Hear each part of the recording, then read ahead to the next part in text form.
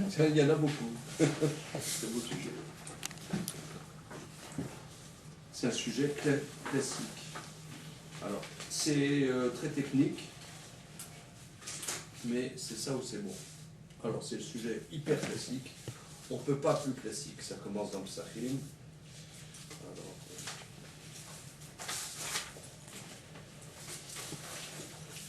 Alors, je regrette qu'il n'y ait pas le tableau parce que ça aide. Moi, j'aime bien avec un tableau. Bon, c'est le sujet super classique. La tête à notre bête. Donc, ça, c'est l'introduction. Et après, on va voir la démonstration il y a des axiomes qui sont posés là. Et après, il va y avoir des essais de démonstration. Alors, je vous ai mis un trait. Tesha chanuyot, kulam mochim basar shchuta, ve'achad mocheret basar nevela. Ve'lakar me'achat me'em, ve'no yodea me'zemen lakar sfeko asur. Voilà. Non, je traduis. Tu es dans un village. On est dans un village. Alors, les cas de figure, c'est qu'on est dans un village et la viande, autrefois, mais j'explique comme ça, c'est nécessaire pour comprendre, que la viande, autrefois, on ne pouvait pas la transporter d'un village à l'autre. Parce qu'il y avait, comment dire, il n'y avait pas de frigo. Donc la viande, elle était à consommation quasi immédiate, à moins qu'il fasse des salaisons, des saucissons, des trucs comme ça.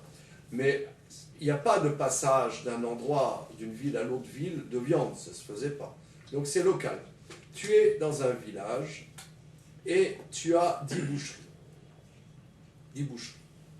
Tu as 9 boucheries qui vendent de la viande shruta, qui a eu donc la shrita, et une boucherie pas cachère, qui vend de la viande pas cachère.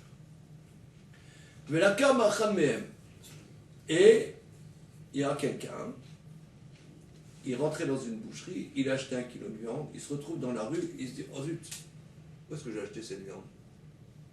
Voilà. Alors, il y a 9 probabilités sur 10 qu'il eût acheté cette viande dans une boucherie cachère. Néanmoins, dans le doute, sfeko azur. Dans le doute, c'est intéressant. Ouais, s'il te plaît, fais-moi plaisir, parce que sinon tu ne vas rien comprendre. Oui, je ne comprends même pas la question, parce que... Attends, s'il te plaît. Ok, je reprends.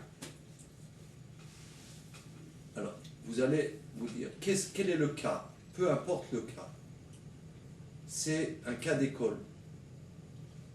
C'est un cas d'école. Je vous donne un exemple, mais les cas d'école ne sont pas tant des cas d'école.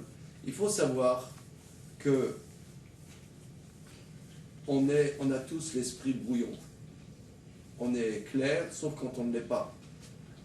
J'ai un copain, il est allé à Sarcelles, il m'a raconté il y a quelques années, il m'avait raconté ça. C'est un copain qui était au cours de Maral ce matin. Il va à Sarcelles. Il dit, oh là là, Sarcelles, là-bas à côté de la Sina, c'est formidable Sarcelles. Il y a plein de trucs cachers. C'est incroyable. Il y a même un pizza hut cachère. Il rentre dedans, parce que juste en face de la Sina, il y a un pizza hut. Il rentre. Et puis il y avait un black qui était là-bas à l'accueil, pizza hut. Mon copain, il est là qui passe à la télé. Monsieur, vous faites erreur ici, c'est pas cachère. Non, ça veut dire, tu as des scénarios, des fois, tu sais même pas comment tu fonctionnes. Tu vois là-bas, tu as le magasin cachère, restaurant cachère, épicerie cachère, machin, pizza hut. Tu te dis, bon, le mec, il rentre, il se dira, c'est excellent, on se croirait en Israël. Ouais, on se croirait à Jérusalem là-bas. Et c'est vrai qu'il y a une ambiance comme ça à Sarcelles.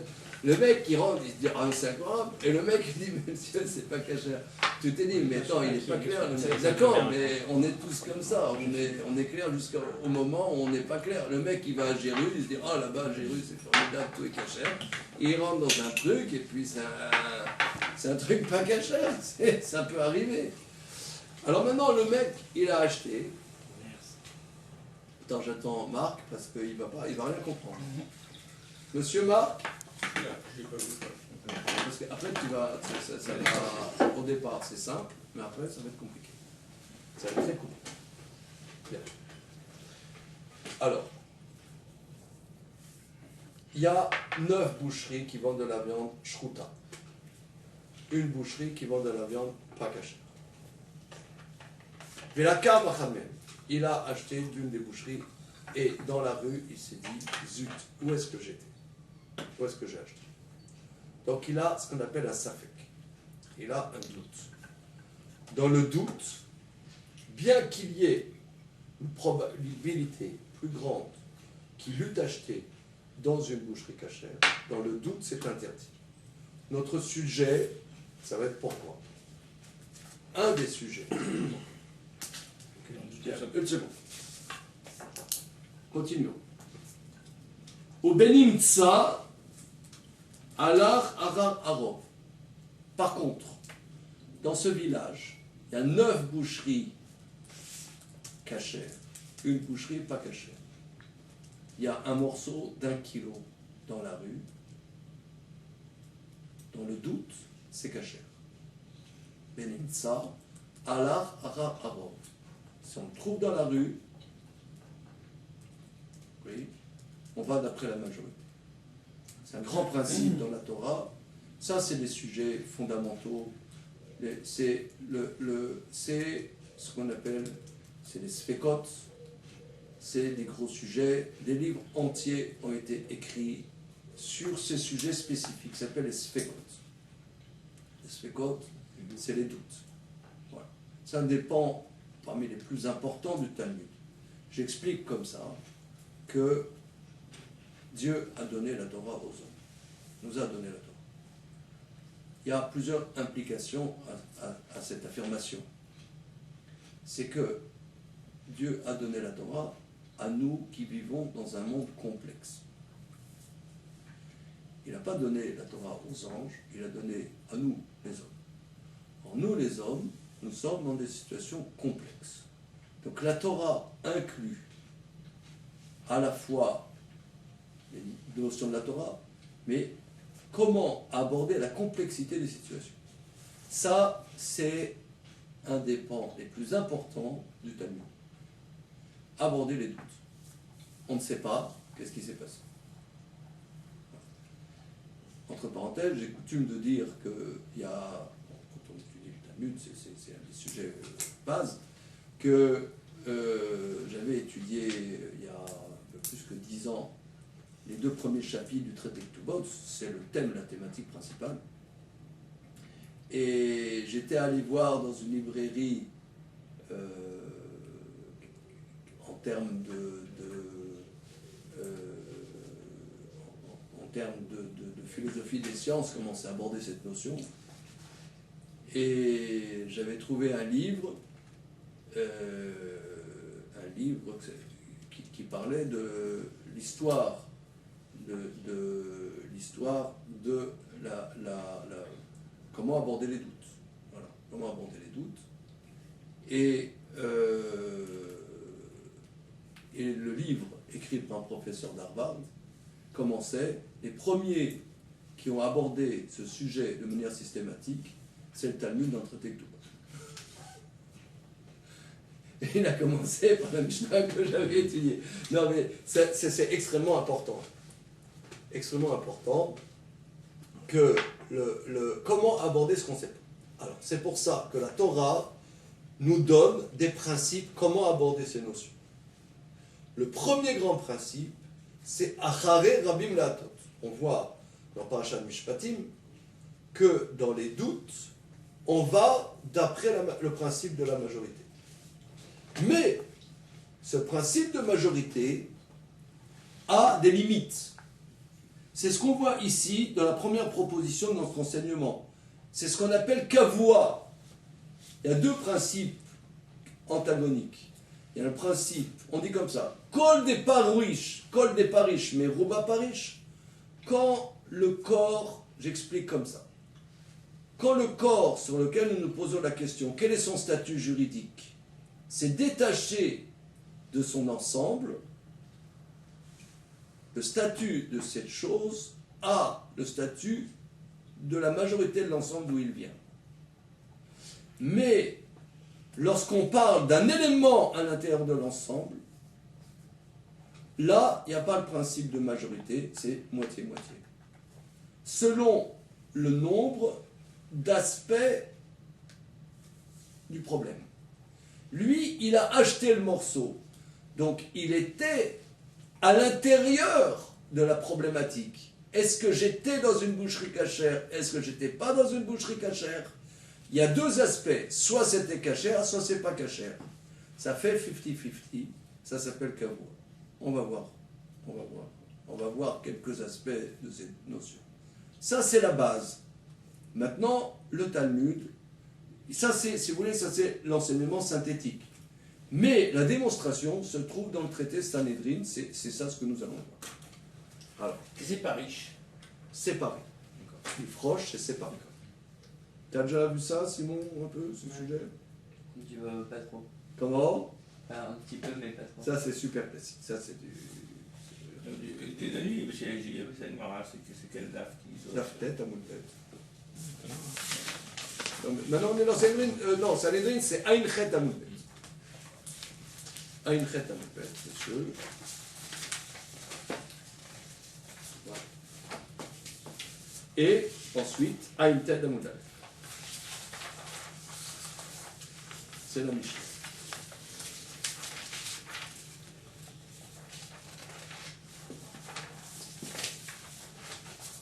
Voilà. Alors.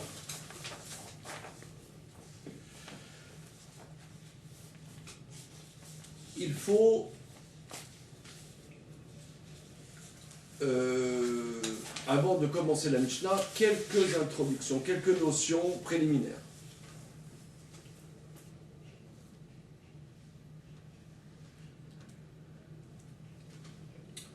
Bien. Un crime est, dans certaines circonstances, condamnable en pénal. Les condamnations à mort dans la Torah ne sont envisageables qu'à l'époque où il y a le temple de Jérusalem. Et pas seulement à l'époque où il y a le temple de Jérusalem, seulement si la grande instance de la loi, c'est-à-dire le Sanhedrin de 71 juges, réside à l'intérieur du temple. Il peut y avoir le temple de Jérusalem, mais que la grande instance centrale de la loi ne serait pas à l'intérieur, ne siégerait pas à l'intérieur du temple, on ne peut pas faire les condamnations. Mais en tout cas, dans la Mishnah, dans la Gemara, on envisage toujours les condamnations à mort pour analyser les notions. Pour analyser les notions, on va voir est-ce que cette personne est condamnable, est-ce que cette personne n'est pas condamnable. Alors, un crime, si ce crime a été perpétré après sommation, c'est-à-dire que quelqu'un n'est condamnable en pénal que si il fait son acte de manière voulue. Bien. Or, comment on sait est-ce que c'était de manière voulue? Tout ce qui est en juridique, que ce soit en droit civil ou en droit pénal, il faut des témoignages. Or, comment on passe sur des estimations? Alors, comment on sait qu'il l'a fait exprès? Ça veut dire homicide volontaire. Alors, il n'y a pas d'estimation, il faut sommation. Et il faut qu'il ait répondu à la sommation. Tu sais, mais là tu vas faire un crime, et tu sais que si tu fais ce crime, tu vas être condamnable à mort. Alors ça c'est longuement analysé dans le traité Sanhedrin. Il n'est condamnable à mort que s'il dit « je sais que je fais un crime, je sais que c'est interdit par la Torah, je sais que je vais être condamnable à mort, et c'est justement sachant que je vais être condamnable à mort que je le fais. » S'il n'y a pas toutes ces propositions, il n'est pas condamnable à mort. Et les deux témoins. Non, devant deux témoins. Devant Il y a deux témoins qui l'avertissent et qui authentifient qu'il a accepté la atra'a, la sommation. You understand? D'où le fait que Rabbi Akiva considère que la peine de mort. Oui, est d'accord. théorique. Ok, ça c'est d'accord, ça c'est un joli truc rabbinique. Mais ce que je veux, c'est qu'on comprenne bien la notion. Il faut que les deux témoins attestent que cette personne a accepté la sommation. D'accord? Ok. Bien. S'il n'y a pas, voilà, s'il n'accepte pas la sommation, par exemple, il opine du bonnet, on dit mais Raskul, qu'est-ce que tu es en train de faire? Tu sais que tu fais un crime, tu sais que tu vas être condamnable à mort. Il fait comme ça, ouais, il dit ok, c'est pas bon. Il faut qu'il dise je sais, et je sais que c'est interdit, et je sais que je vais être exécuté pour cela, et je le fais le sachant. S'il n'y a pas tout ça, il n'est pas condamnable. Évidemment, il y a ce que dit Marc, que ça, donc c'est des cas presque huluberlus, des cas où il est condamnable. Alors qu'est-ce qu'il risque si, pour un crime, Alors, on ne peut pas le condamner.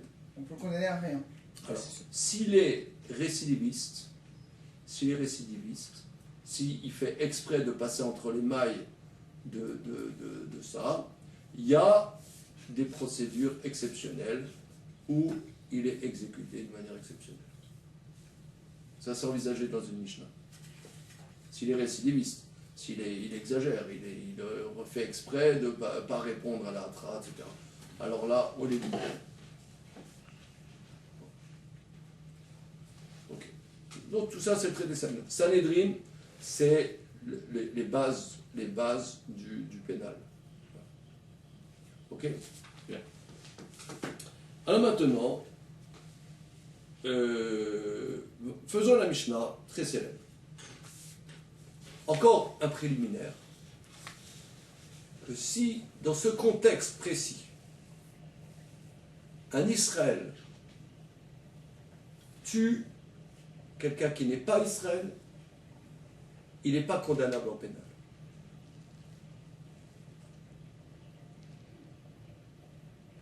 Ça, il faut le savoir. Pas condamnable à mort en tous les cas. Voilà. Ça, c'est très très important par rapport à la suite. Voilà. Pourquoi? C'est pas le sujet, c'est pas le cœur du sujet. Admettons que c'est comme ça. Ok? Azoïchtet, comme on dit. Ouais, c'est comme ça. Voilà. Pourquoi? C'est un autre sujet. Mais c'est un préliminaire très important pour comprendre la suite. Alors maintenant, faisons la Mishnah. C'est en bas, donc, de Ainchet Anubet. Nitkaven le'arog et abema ve'arag et adam.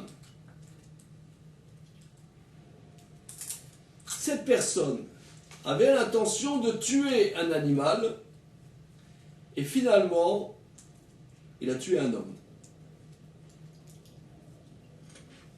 Là, les Ovet Kochavim varag et Israël. Il avait l'intention de tuer un idolâtre et finalement il a tué un Israël. La Nephalim varag et Bet Kaima. Il avait l'intention de tuer un enfant qui vient de naître et qui n'est pas viable. Et finalement, il a tué quelqu'un qui est oui viable. Patour, il est exempt. Exempt pénal. Il n'est pas condamnable en pénal. Ok? Alors, cette proposition de la Mishnah pose, oui, un problème. Parce que le problème ne se pose pas en vérité, a priori, le problème ne se pose pas parce qu'il n'y avait pas de sommation. Comment peut-il y avoir sommation ici? Il avait l'intention de tuer un animal. Et finalement, je ne sais pas moi, il avait un flingue et il veut tuer la vache de monsieur Tartampion. Et juste, il tire, la vache, elle court, et derrière, il y avait le gardien de la vache et le tue. Alors c'est évident qu'il est exempt, parce qu'il n'y a pas eu sommation. D'accord? Donc qu'est-ce que cette Mishnah nous enseigne? C'est absolument évident, puisqu'il faut toujours sommation. Alors regardons Rashi.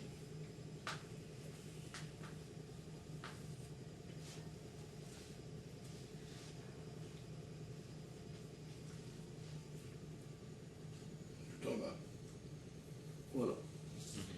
Nitkaven harog et behema. Il a l'intention de tuer l'animal. Aya omed adam etzel behema nitkaven harog behema. Varag adam patour. Il était à côté d'un animal, il avait l'intention de tuer cet animal, et finalement il a tué. Un homme, il est exempt. Pourquoi? Mishum Diri troubé atrat safek ou. Ici, il y a un deuxième aspect, c'est que la sommation doit être 100%. La sommation, qui s'appelle atra'a en hébreu, ne doit pas être soumise à condition. Afalpi shekibel alabatra, quand bien mal a-t-il accepté l'atra, shomer la hem, on lui a dit, yodea anish, il a dit, yodea anish ou ben brid, van manken aniose, shimani argeo ani trayem ita patour de shemal lo yargen. Je traduis. Il y a quelqu'un, il a son pistolet. On lui dit, hé Chaskol, tu veux tuer l'animal, mais l'animal il bouge, tu risques de tuer l'homme qui est derrière. Et lui je sais, je prends sur moi le risque de le tuer, je sais que si je le tue, je serai condamnable à la mort. Ça ne me dérange pas de le tuer, je serais même content de le tuer. C'est vrai, je veux tuer l'animal. Mais au risque, j'assume le risque de tuer l'homme qui est derrière, si l'animal bouge. Et je sais que je serai tué au cas où je le tue. Il est exempt. Pourquoi? Parce que ça s'appelle atrat safek. C'est une sommation qui n'est pas 100%. Il n'est pas 100% en face de sa responsabilité. On ne condamne quelqu'un à mort que quelqu'un qui a assumé 100% sa responsabilité. Mais là, comme la responsabilité, il la prend sur lui, mais elle est éventuelle, ça ne s'appelle pas, c'est pas suffisant pour que ça s'appelle un meurtre volontaire. Ok? Mais de toute façon, c'est évident, ça, que c'est pas un meurtre volontaire, je ne comprends pas le sujet. Mais si, il le dit. Il dit même, oui, mais on lui dit, tu risques de tuer un homme. L'objectif. Il y a un effet collatéral. Et j'ai compris, mais il y a un effet collatéral, mais l'objectif principal, ça reste de tuer l'animal. Donc, de toutes les manières, tu as un safek, et c'est évident que ça ne peut pas être réhabita, parce que la réhabita, c'est que dans le cas, pas tu risques tu vas tuer quelqu'un. Il n'y a pas de safek dans la trame. C'est de là qu'on l'apprend. D'accord, ok. Oui, mais finalement, il y avait un risque collatéral, mais ce risque collatéral est arrivé. Il a dit, je l'assume. D'accord. C'est comme un mec, il envoie un drone, un truc ciblé, et on dit, mais attention, il y a des risques de tuer des civils. On dit, en vrai, je serais vraiment très très dérangé. Si le mec, il dit, eh bon, tant pis, hein, moi, les civils, j'en ai rien à foutre, qu'ils crèvent. Bon, alors le mec, c'est pas vous avouerez que c'est pas la même chose, non? C'est chirurgical, mais destroyo-chirurgical, vous comprenez. Ok? Bien. Ça, c'est la première proposition. On passe à la Mishnah maintenant, à une tête à Moudalef.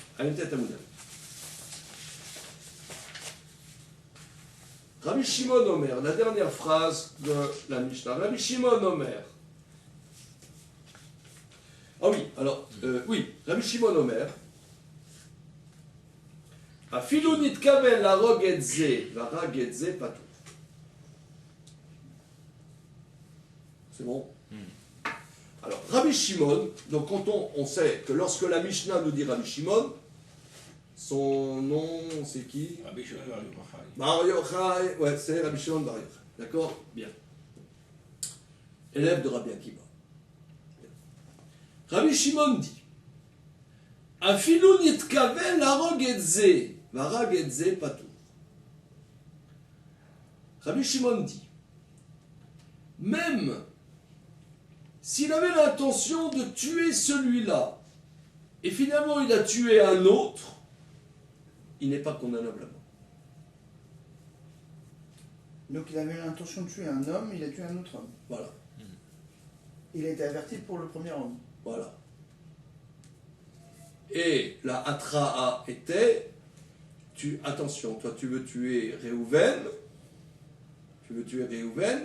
mais sache qu'il y a un risque que tu tues aussi Shimon.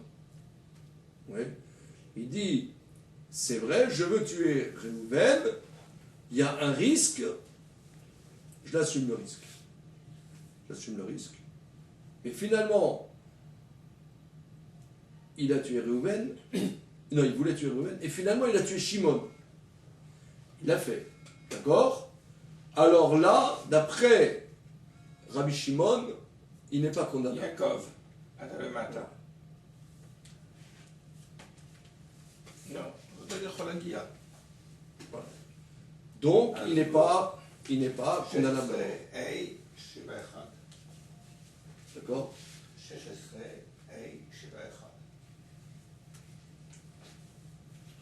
Il y a qu'un plus qui arrive.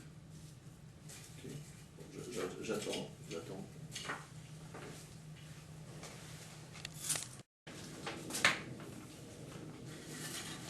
Rabbi Shimon dit Afilu nitkaven larog et ze, varag et ze patur. Donc Rabbi Shimon nous dit il avait l'intention de tuer Réhouven. Son geste a fourché et il a tué Shimon. Il n'est pas condamnable en pénal. Quand bien même, finalement, a-t-il tué un Israël? Alors, la Gemara va dire que Rabbi Shimon est cholek sur la première proposition que nous avons vue tout à l'heure. Parce que la proposition nous dit il avait l'intention de tuer un animal et finalement il a tué un homme, un Israël, il est exempt. Sous-entendu, s'il avait l'intention de tuer un animal, mais sous-entendu, s'il avait l'intention de tuer un tel, il a tué un autre, ça aurait été, oui, condamnable. Donc ici, il y a un débat de fond.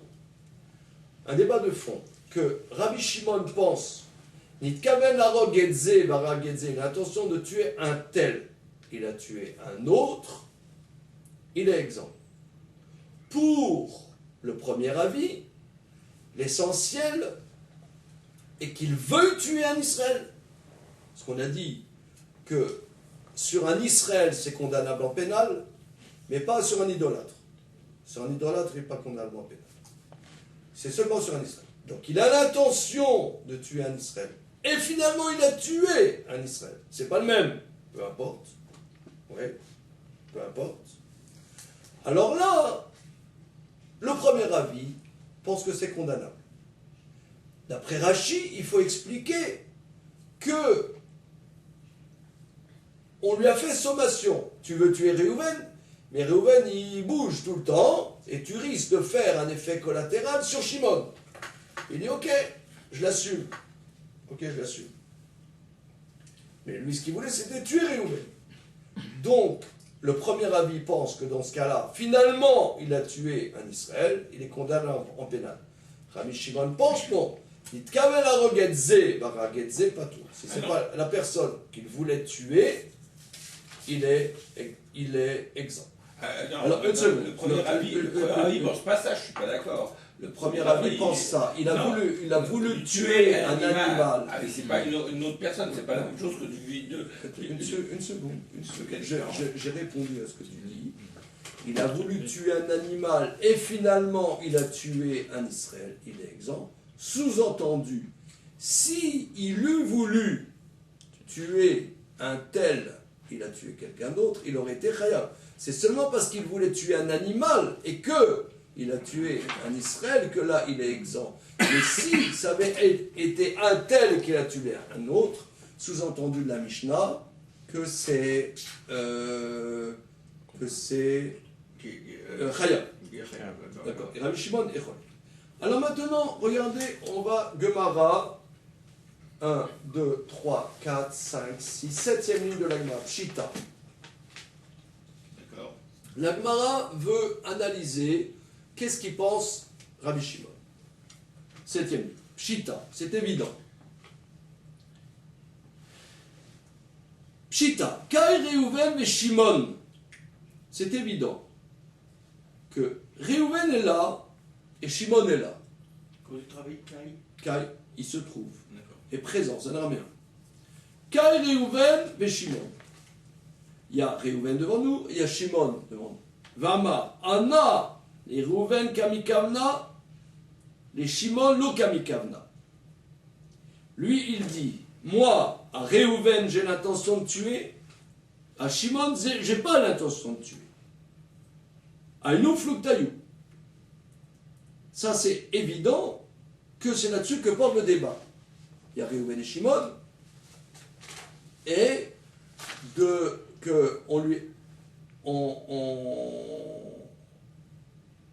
pour Rabbi Shimon, il faut que ça soit la concrétisation de sa pensée précise. Il faut que ça soit la concrétisation de sa pensée précise. Mais si, d'ailleurs, on voit Rabbi Shimon, il y a des recoupements avec Rabbi Shimon dans les lois de Shabbat. D'abord chez Nomit Kaven Patour. Par exemple, dans les lois de Shabbat, pour faire rapide, hein,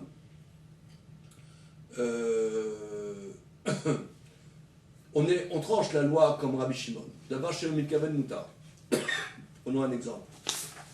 Rapide, hein, c'est pas le cœur du sujet. On tire une table. Oui, non, mais j'essaie de trouver un sujet plus simple.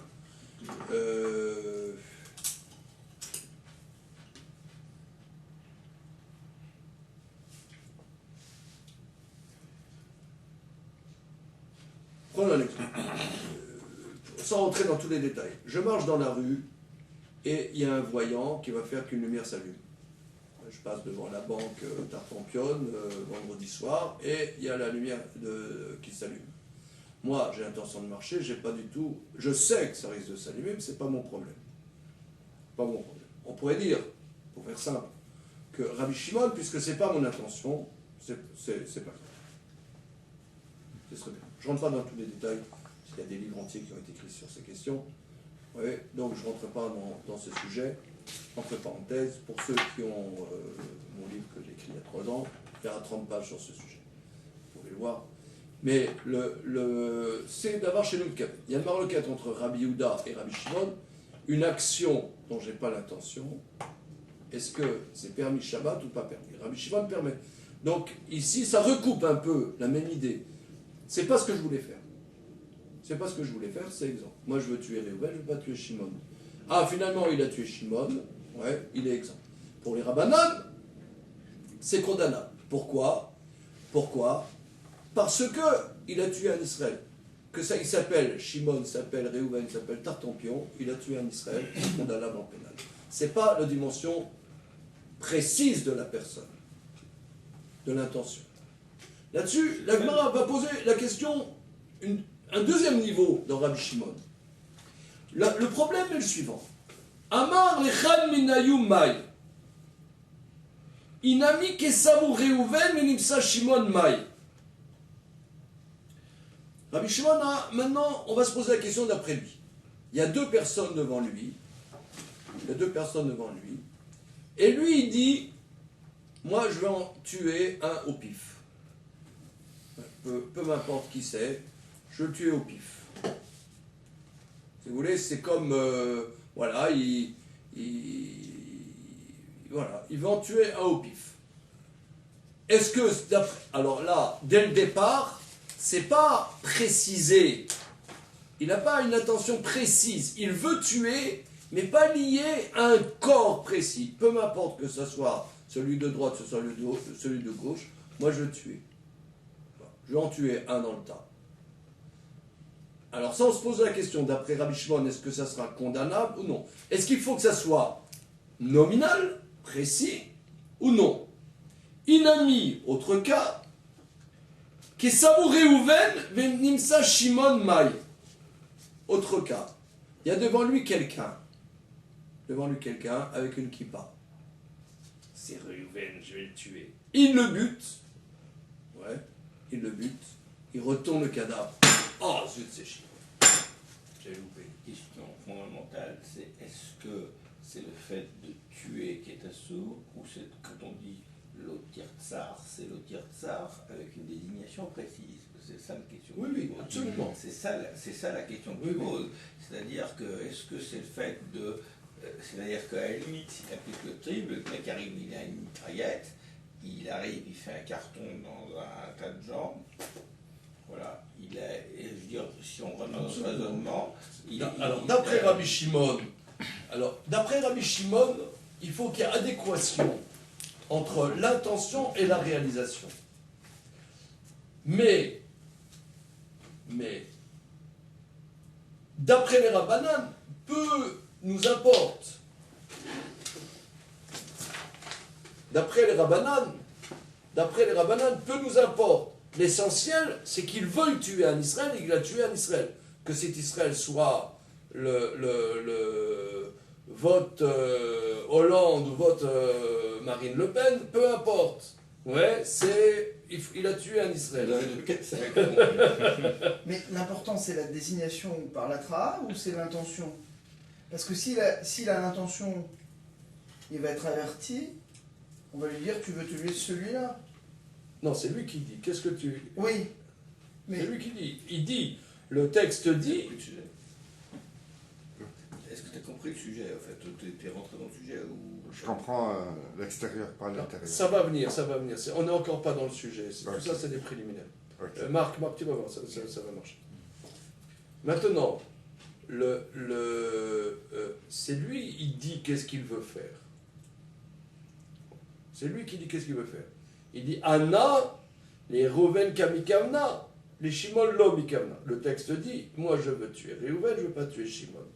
Voilà. Donc si je comprends bien pour les Rabbanan, si il a été averti pour Shimon et qu'il tue Reuven, il est quand même condamnable. Il est condamnable parce que l'atra pour les Rabbanan n'est pas nominal.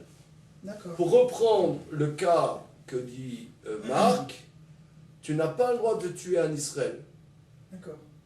Tu es condamnable en pénal. Tu n'as pas le droit, non plus de tuer un idolâtre. Mais ici on parle, c'est condamnable en pénal. Tu seras condamnable en pénal si tu es un Israël. Maintenant qui s'appelle Reuven, qui s'appelle Shimon. Lui il dit il veut en tuer un dans le tas. Il veut en tuer un dans le tas. D'après les Rabbanan, ça sera condamnable. Mais d'après Rabbi Shimon, on a un doute. Quelle est l'idée de Rabbi Shimon? Est-ce que pour Rabbi Shimon, il faut que ça soit nominal ou il faut que ça soit précis? C'est la différence entre nominal et précis. Quelle est l'incidence? L'incidence, il y a deux personnes. Et lui, il dit, je m'en fous, je vais en tuer un des deux. Donc là, c'est pas nominal, mais c'est précis. Ou bien, il veut tuer 7 personnes. Il voit quelqu'un. De dos. Il voit quelqu'un de dos. Il dit, ah, c'est Reuven. Je vois bien, c'est Reuven, sa manière de marcher. C'est Reuven. Il le tue. Une fois qu'il a tué, il retourne. Où est la tête? C'est Shimon. Mais finalement, c'était précis. La personne qu'il a voulu tuer, il l'a tué, puisque c'était cette corporalité-là, elle est là. Mais c'était pas nominal. Et la tra porté sur quoi? Ne tue pas cette personne. Ne tue pas cette personne. Il dit oui, je veux tuer cette personne. Oui, mais est-ce qu'il l'a nommé justement? Est-ce que quand il dit je veux tuer cette personne Zach, parce que... Ou est-ce qu'il a dit, mais l'Edim il dit, est-ce que l'Edim dit tu ne dois pas tuer cette personne? Ou est-ce que l'Edim doivent dire au niveau de la tra, tu ne dois pas tuer Gérard Zizek? Non, c'est lui, c'est pas les matrim, c'est lui qui dit. Okay. Moi, je veux tuer cette personne qui est Reuven. Voilà. Mais finalement, cette personne, c'est sa corporalité. Est-ce que pour Rabbi Shimon, il faut une volonté précise ou une volonté nominale? Réponse de la Gemara à cette question. Tashma, Maï, qu'est-ce qu'il en est? Maï, qui se Tashma d'Etania, la Baraïta nous enseigne. Rabbi Shimon Omer, Al Shirma Liflonia Nimit Kaven. Il n'est condamnable en pénal que si il dit c'est un tel précisément que je voulais tuer. Pour lui, il ne faut pas seulement que ça soit précis, mais il faut que ça soit nominal. C'est ça ce que tu dis, Marc. Oui. Ça, c'est la conclusion. C'est la conclusion. C'est le débat qui est entre C'est la conclusion, mais c'est la conclusion d'après Rabbi Shimon. Ok. D'accord. Point. Là-dessus, la Gemara demande Maï Tama de Rabbi Shimon. Quelle est la raison de Rabbi Shimon? Alors, je vais vous lire le verset, donc dans le Varim Yotet, en Parashat Shoftim.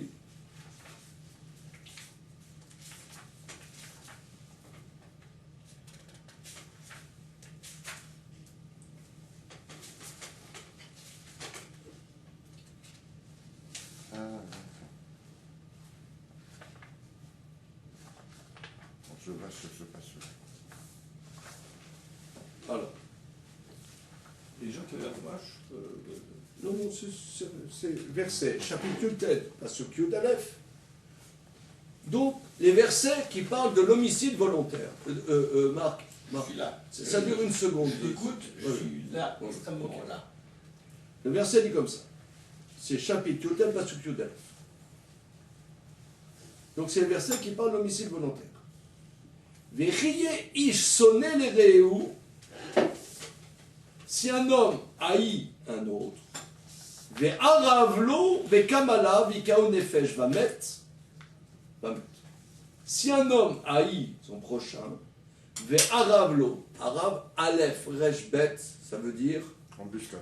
il lui fait une embuscade et se lève contre lui et le frappe à mort. Le frappe à mort. Ça, c'est l'exemple même de l'homicide volontaire. Dit Rabbi Shimon, ici, le verset est surchargé. Le verset dit, pas seulement il l'a tué, pas seulement il le hait, mais encore, il lui tend une embuscade. Donc ici, Al-Shit Kavenlo. Il faut qu'une volonté, c'est à lui, si vous voulez, c'est le tueur à gage. Le tueur à gage, s'il a loupé la personne, il ne reçoit pas... Il ne reçoit pas son virement dans les îles Caïmans, tu vois. Tu vois ce que je veux dire? Bien. Alors, donc il faut que ce soit vraiment, il faut que ce soit un tueur à gage. Vraiment, qui lui... C'est ça ce que le verset dit. Ve'aravlo, il lui tend un piège. Ve'aravlo, il lui fait une embuscade. D'ailleurs, c'est ce que la Gemara dit. Ma'etama de Rabbi Shimon, Amarkra, le verset dit, Ve'aravlo ve'kabala. Il lui tend une embuscade et il se lève contre lui. Ce que Rabbi Shimon traduit concrètement au niveau juridique, ad sheit kavenlo. Il faut qu'il y ait une volonté nominale. Pas seulement une volonté précise, mais une volonté nominale. Rashi explique, vous pouvez regarder Rashi. Donc c'est juste en face, dans la colonne de droite, Varavlo krayeteraou. C'est une expression en tronc. Nirtov kiye ish sonné la réou vekamalav. Ça aurait suffi de dire si un homme haït son prochain et se lève sur lui. Pourquoi lui tend un piège ou lui tend une embuscade? C'est une dimension précise, c'est lui qui le tue. Et si on n'est pas dans cette condition, c'est pas du pénal. Ok. Ça c'est Rabbi Shimon. Ah, question de la Gemara. Mais les rabbanan, les chachamim, avis majoritaire, eux, qu'est-ce qu'ils vont faire de ce verset? C'est la question tout de suite de la Gemara. Qu'est-ce qu'ils vont faire?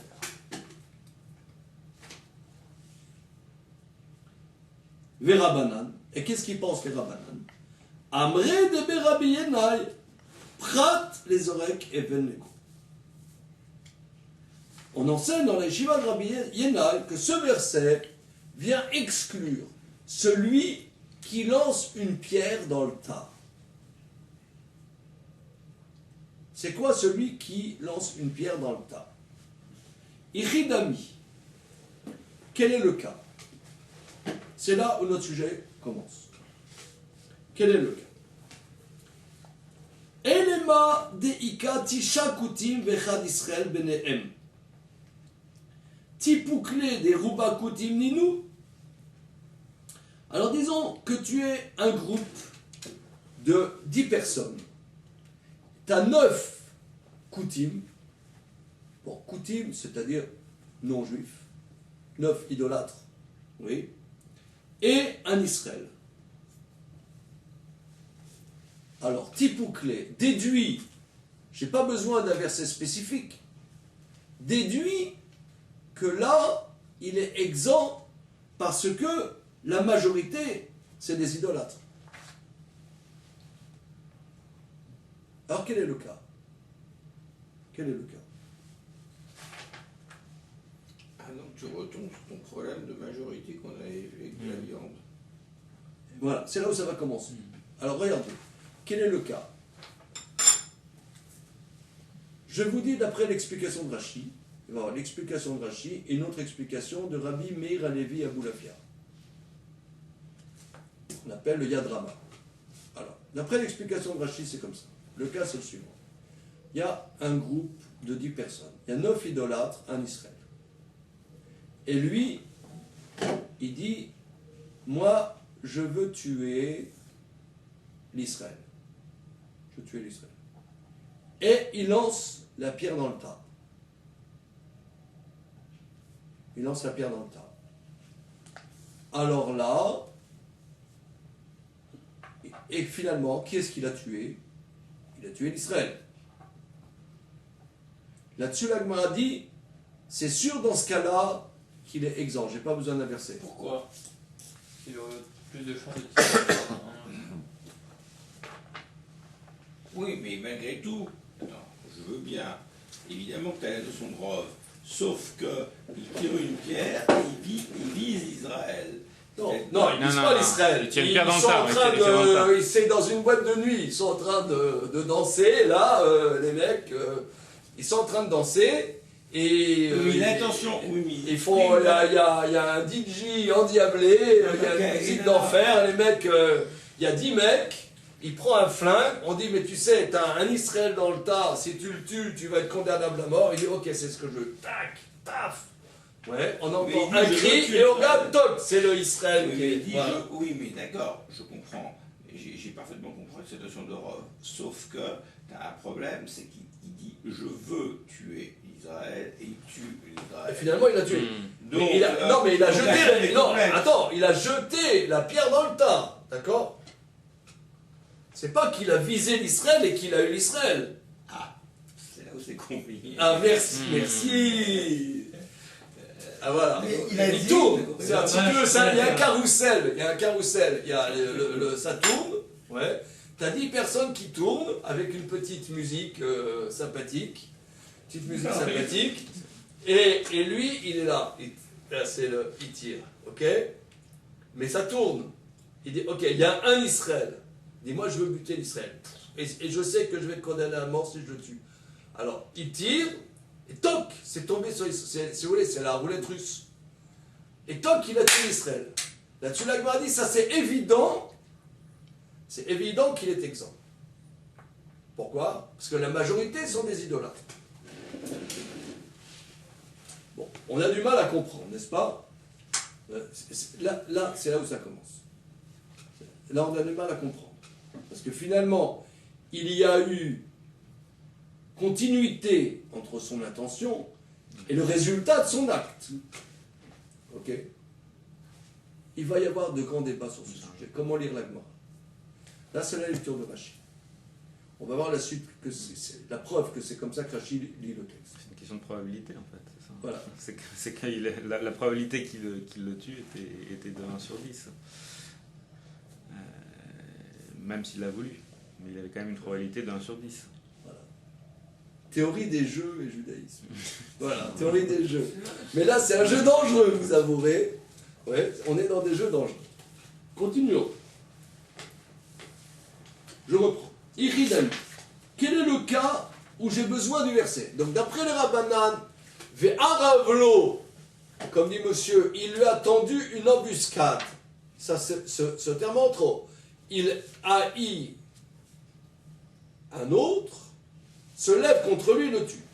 Se lève contre lui et le tue. Pourquoi c'est écrit et lui tend une embuscade? Lui tend une embuscade, cette expression est en trop. Pourquoi? D'après Rabbi Shimon, c'est clair. Mais les détracteurs de Rabbi Shimon, qui disent qu'il n'y a pas une dimension nominale, qu'est-ce qu'ils vont faire de ce verset? C'est le cas, ce verset vient nous dire une innovation par rapport à celui qui lance une pierre dans le tas. Alors, si tu parles que tu as 9 idolâtres, un Israël, et qu'on parle de quoi? A priori, qu'il a tué finalement l'Israël, et qu'il voulait tuer l'Israël. La Gemara dit non. Ça, c'est évident qu'il est exempt, puisque la majorité, c'est des idolâtres. Ouais, Monsieur pose la question, mais on ne comprend pas, puisqu'il y a finalement une continuité entre sa volonté et la réalité. Oui, mais il y a quand même un problème dans l'histoire. Alors, Comment ils arrivent à dire... Ah, non, mais pour comment le les- moment, le verset, on ne sait pas à quoi. Non, pour le moment, on n'a pas trouvé un cas révélateur du verset. On n'a pas trouvé pour le moment. On est d'accord, c'est-à-dire que comment Pour le tu moment, peux pas on sait déduire pas. l'histoire de... C'est pas pour ça. Une seconde. Ok. La Gemara dit, le verset ne vient pas pour ça. Inami, autre cas, palga ou palga. Ou bien, moitié-moitié. Disons, tu as 5 Israël, 5 idolâtres. Et lui, il tire dans le tas, au pif. D'accord? Il tire au pif.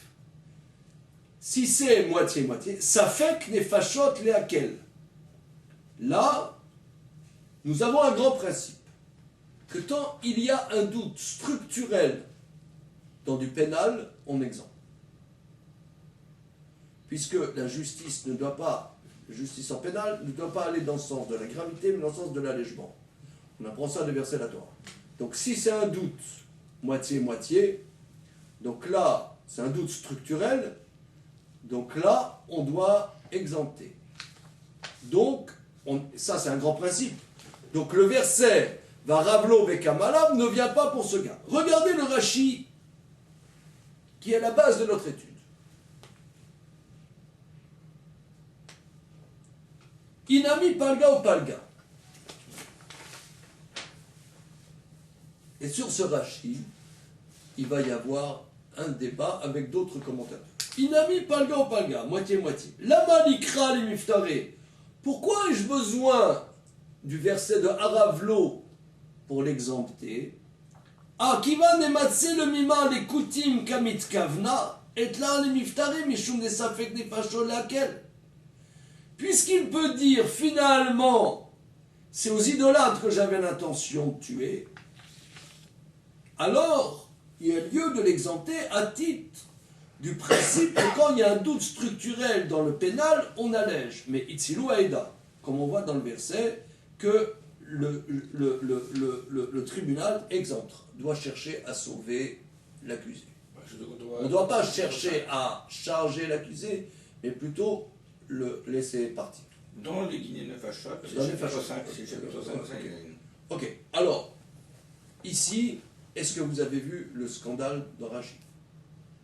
Je sens que vous avez vu le scandale Non, j'avais international. Il dit qu'il veut tuer un idolâtre? Oui. Mais c'est pas le cas, on disait qu'il voulait tuer l'Israël. Ah, il me fait plaisir. Ah là là. Ah, je me sens bien. Je suis content. Mais non, c'est pas du tout ça. Moi, j'ai compris. Moi, Ah. ça, j'avais remarqué aussi ça. Mais moi, j'avais dit, alors, il s'est défendu avec ça. Mais il n'a rien à se défendre puisqu'il a fait un tra. Le mec, il a accepté la tra. Donc, j'ai bien précisé. Ah, moi, je crois que c'est Rien un précisé. disant défendre. J'ai bien précisé que le cas de figure est, on dit, qu'est-ce que tu veux faire dans la vie? Je veux tuer un co-religionnaire. Mais parce que si tu veux tuer un co-religionnaire, pourquoi tu vas dans une boîte de nuit où c'est moitié-moitié? Va à la choule.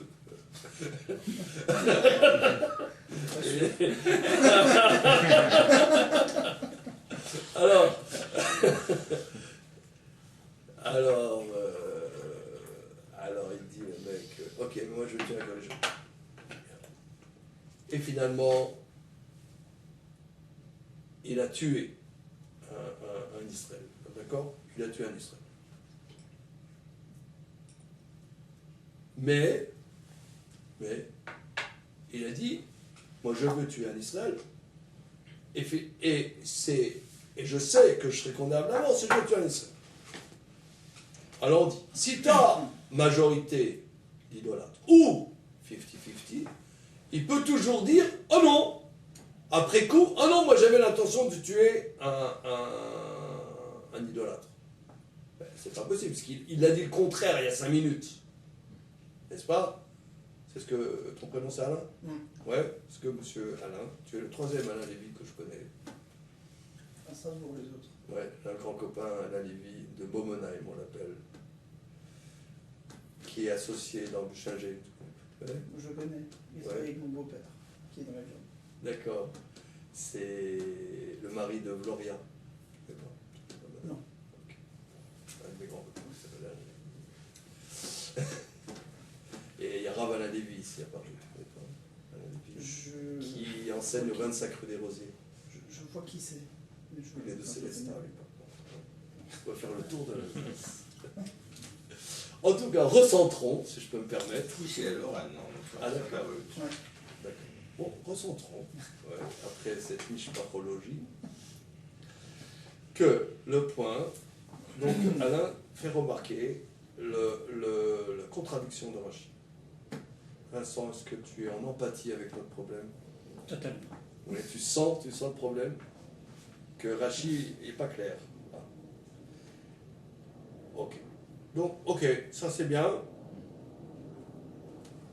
Donc c'est bien qu'on ne comprend pas. Moi je dis souvent que le but d'un bon cours, c'est de voir qu'on n'a pas compris. D'abord. c'est en tout cas de relever les difficultés, que les difficultés soient claires. Après on va voir. Rachid a l'air de se contredire.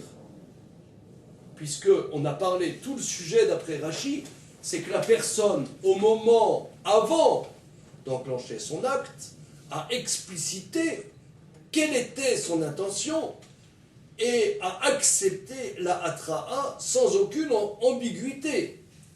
Or, Rachid nous dit, une fois qu'il a fait, que le forfait a été accompli, et que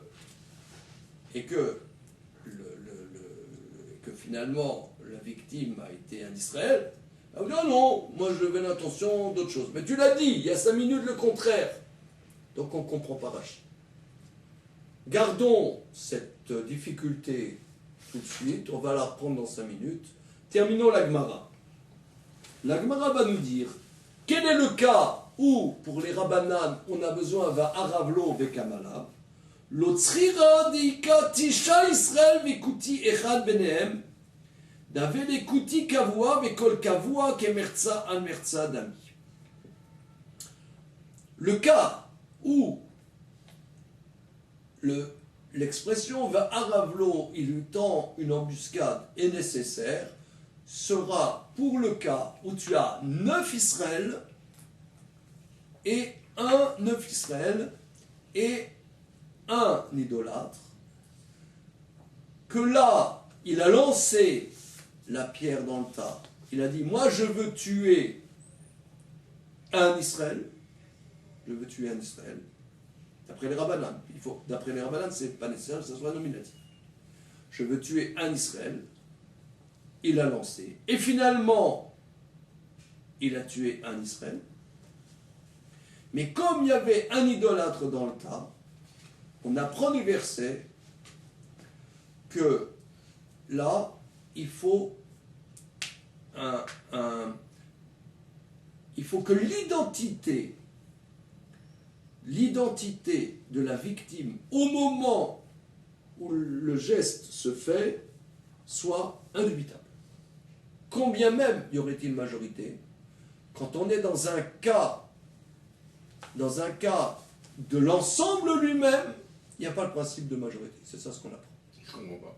Excuse-moi. Si tu n'as pas compris, C'est le contraire de ce c'est qu'on a que dit tu as compris. Non, ce que je veux dire, négatif, hein, c'est, dans ce c'est cas-là. si tu avais dit que tu avais compris, Je suis désolé. non, j'aurais eu des angoisses. Donc je préfère que tu dises que tu n'as pas compris, ça montre qu'au moins on est dans le sujet. Moi, explique ce que tu as compris. Et là, c'est le contraire de ce qu'on avait avec Clavin, vu qu'on a dit avec Clavin que lorsqu'il y avait une majorité, ben, il y avait un doute, on prenait comme la majorité. Et là, on vient de dire le contraire. Non, c'est pas le contraire, on est dans un autre cas qui s'appelle le cas Cavour. Il y a deux principes. Les principes, on a Normalement, il y a un principe premier, c'est le principe de majorité. Mais nous apprenons d'ici, de ce cas-là, quelque chose qui sera opérant dans toute la Torah, dans toutes les lois de la Torah, c'est le principe de Kavua. Lorsque nous atteignons l'ensemble, notre question est un élément de l'ensemble, il n'y a pas de principe de majorité.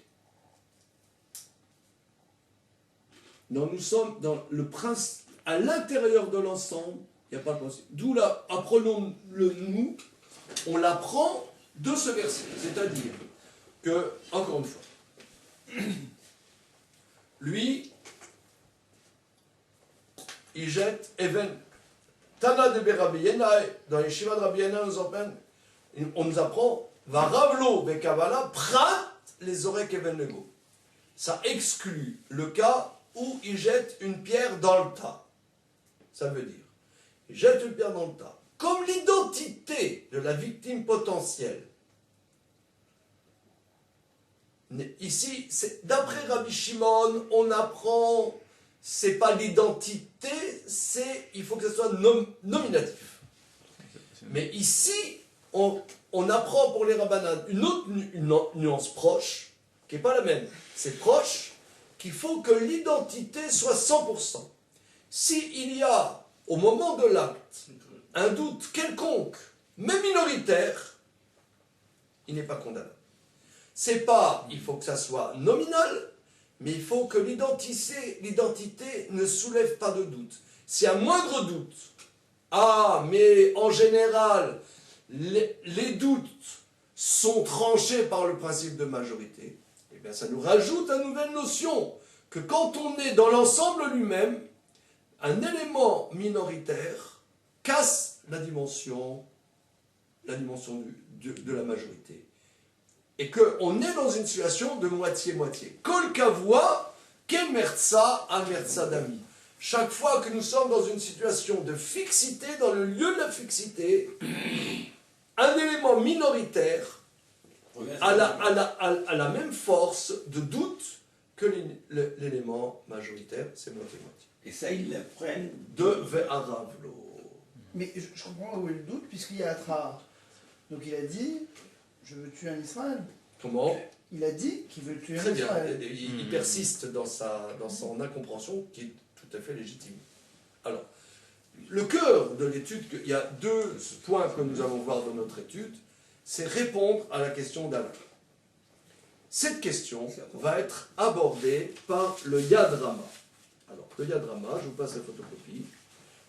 N'ayez pas peur, je vais vous lire, vous le traduire, tout va aller bien, sans douleur, j'espère. Je n'ai jamais entendu parler des dramas. Alors, le Yad Rama, je vais vous faire un petit topo, comme d'habitude, qui sait, sa vie, son œuvre.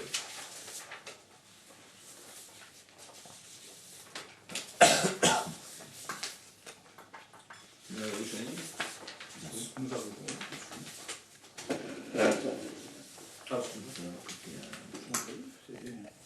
donc, le Yad Rama, c'est Rabbi Meir Halevi de Barcelone, Aboulafia. Il y a encore des gens aujourd'hui. Aboulafia. Il y a des gens. Aboulafia, c'est des Arabes. Il y a Les Arabes Jaffa. 500 ans, 600 ans combien de temps? Ça fait 700 ans, 750 ans. Aboulafia, c'est les Arabes et Migafo, non? Non, bah, l'Espagne et les pays arabes, c'est des proches. המשפחת אבולעפיה היום בארץ זה Je sais des pas. Arabes. Non, il y a beaucoup d'Aboulafia, je connais deux familles Aboulafia, qui viennent de Turquie. Bon. Il y en a qui, après la Turquie, quand au début du XXe siècle, il y en a qui sont partis de Turquie, il y en a qui sont allés en Tunisie. Mais à l'origine, c'est un nom qui vient des juifs d'Espagne, qui est resté intégral en Turquie, jusqu'à aujourd'hui. Je connais des gens à Boulafia. Voilà. Il y a 3 semaines, j'étais au mariage d'un de mes élèves, dont la mère est née à Boulafia. C'est comme ça. En tout cas, Rabbi Meir Halevi Aboulafia est contemporain, c'est la génération après Nachmanides. Voilà, c'est 1300. C'est contemporain du Rosh et du Rashba. C'est 1280, 1300 à Barcelone. Donc c'est un des très grands maîtres. Et il pose la question, je vais vous le faire synthétique, hein, je vous ai fait la photocopie pour vous montrer que je ne sors pas ça de mon chapeau. Mais il rapporte ici aide de me farcher, il rapporte l'explication de Rashi. On peut le lire, regardez, Ved de me farcher. Il y en a qui expliquent. Prav les oreilles even nego, varag et Israël. Il y en a qui expliquent le sujet, que l'expression varablo bekamalav exclut le cas de celui qui jette une pierre dans le tas. Varag et Israël, il a tué finalement le Israël. Des matzi le mimar, parce qu'il peut dire les koutim kamikavna, à l'idolâtre j'avais l'intention de tuer, l'Israël au kamikavna. L'idolâtre j'avais l'intention de tuer, l'Israël j'avais pas l'intention. Vela milta'i mekama anfe. Ça c'est pas bon, il dit, c'est pas bon. C'est Rashi qui dit ça. C'est pas bon, pour plusieurs raisons. Chada, d'après le Rabbi Shimon, l'opali garabanan, et la echad elogale adate mikara. Ou la gavra de katle lo kamekaven. Aval echad egale adate mikara, la gavra de katle kamekaven, da troube, altagenu, chez Ben Britou, veta regala, kabila lavatra, tout le matzimar, les echarena, kamne. Je vous le traduis en un mot. Aval echa. Dans un cas, des galéadaate, il a dévoilé sa pensée, Mekara au départ, les Aïgavra des Katle Kabefren, qu'à celui qui voulait tuer, il avait l'intention, Da Itroubé, parce qu'on lui a fait la sommation, Altargenu chez Ben Brit ou, ne le tue pas parce que c'est un Israël, Vetereg alav, Vekabel alavatra, et qu'il a accepté la sommation, comme je vous l'ai dit. Tout le matzi après il ne peut pas dire j'avais l'intention de tuer l'autre. Or Allah nous a dit très bien, nous a dit mais Rachidi, après il peut dire moi j'avais l'intention de tuer un idolâtre. Mais il y a 5 minutes tu nous as dit que tu avais l'intention de tuer l'Israël, finalement c'est ce que tu as fait. Donc ça ne tient pas debout ce que dit Rachid. C'est un scandale. C'est un scandale. Voilà, ça c'est un scandale dans la communauté. Non, je comprends pas. Les gens ils font toujours des scandales. Ça c'est un scandale. Ça c'est un scandale. Rachid, il nous tourne dans la boîte pourrique. Il nous met le nez dans la farine. Je comprends pas du tout cette histoire. Quel bras. Quel balagan. Je comprends pas du tout ce qu'il dit là. Si tu comprends pas, c'est que tu comprends. Non. Moi, ça calmement. Par là. Rappelle-moi, ça calme. Explique-moi, ça calme. Calme biblique.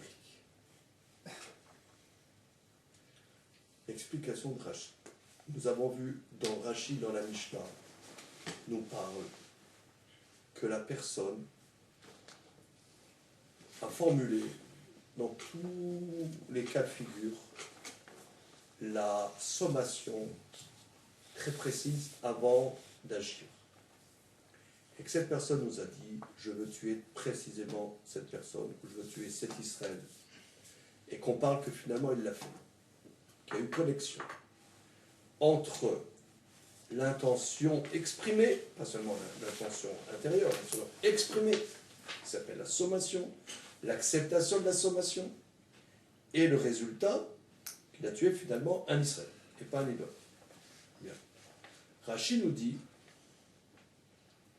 que quand par exemple on est dans un cas où au départ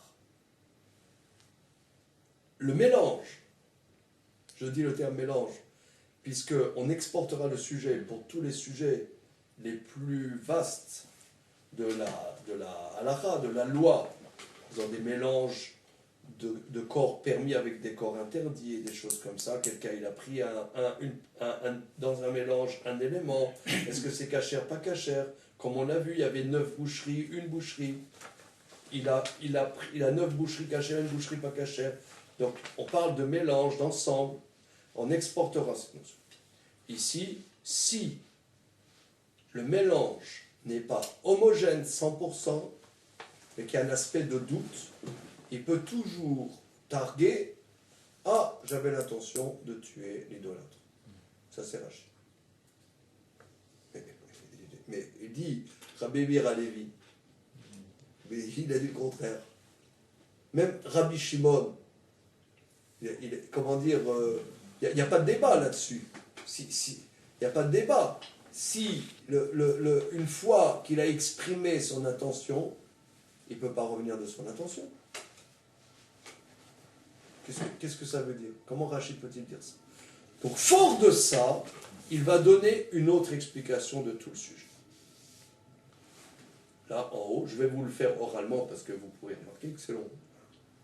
Je vais essayer de vous le faire clairement. Que lui, il lit le sujet de la Gemara complètement différemment. Qu'il y a un ensemble où il y a, par exemple, 9 idolâtres, 1 Israël. 5 idolâtres, 5 Israël. 9 Israël, 1 idolâtre. Et que le sujet, c'est comme ça. Lui, il dit, il se lève ce matin, je veux tuer. Il veut tuer. Mais, il lance une pierre dans l'ensemble, et une fois que quelqu'un a été tué, on ne sait plus qui est la victime. On ne sait pas qui est la victime. On ne sait pas le statut de la victime. D'après Rachi, il a voulu, et on sait quelle a été la victime. Quel est le statut de la victime. Mais lui, il dit, on parle d'un doute, par exemple, que la victime a disparu, je ne sais pas, un cas de figure lambda, où la victime a disparu, et nous, on ne sait pas quel était le statut de la victime. Alors là, on va certes aller, soit d'après le principe de majorité, soit pas d'après le principe de majorité. Il lui dit, moi je veux tuer un Israël. Je veux tuer un Israël. Son intention était claire. Mais le problème, c'est qu'on ne sait pas qu'est-ce qu'il a tué. Donc c'est beaucoup plus clair, d'après le Yad Rama. Il n'y a aucune incertitude. Il a dit, moi je veux tuer un Israël. Il lance la pierre dans un mélange de 9 Israël, un idolâtre. Il y a eu une victime. Et, soit on ne sait pas, on sait qu'il y avait 9 Israël, un idolâtre, mais on ne sait pas quel est le statut de cette victime. Ou bien la victime a disparu. On ne sait pas finalement, on sait qu'il y a eu un mort et les 10 sont disparus. Alors là, ça va être, est-ce qu'on va d'après le principe de majorité ou non? Donc là, il n'y a pas de distorsion entre l'intention dans l'intention, comme dit Rachi, il n'y a pas de distorsion, mais on ne sait pas qu'est-ce qu'il a fait. On ne sait pas. le résultat. On ne sait pas le résultat. Est-ce que ce résultat, qu'on a un doute, est-ce qu'il est défini par le principe de majorité, ou bien, étant donné que ce résultat est à l'intérieur de l'ensemble sur lequel nous avons doute, ça casse le principe de majorité, à type, en vertu du verset qui dit « Varavlo bekamala ». Ça, c'est la démarche de Rabbi Meir Halevi, qu'on appelle le Yad Rama. Il a écrit son Yad Rama, vous voyez la main élevée, parce que Rabbi Meir Halevi, il a appelé son livre le Yad Rama. Donc c'est un grand commentateur, il a fait sur plusieurs traités, en particulier sur Sanhedrin et le traité Baba Batra. Quand il y a eu Baba Batra et Sanhedrin, toujours on étudie le Yad Rama. Il est cité sur d'autres, mais on n'a plus ses livres. On n'a que sur Sanhedrin et sur Baba Batra. Alors, en tout cas, quoi qu'il en soit, l'explication est beaucoup plus simple. Je reprends. Que d'après le Yad Rama, le sujet est le suivant. Le sujet, c'est que il y a un ensemble de 9 Israël, un idolâtre. Lui, il dit, je veux tuer un Israël. indubitablement, je veux tuer Nancy. Son intention est claire. Il a jeté, et finalement, je ne sais pas qu'est-ce qui s'est passé, on sait qu'il y a une victime, et tout a été déblayé, on ne sait pas quel est le statut de la victime. Est-ce qu'on va d'après un principe de majorité ou non? On a un doute absolu. D'après Rachi, on n'a pas de doute.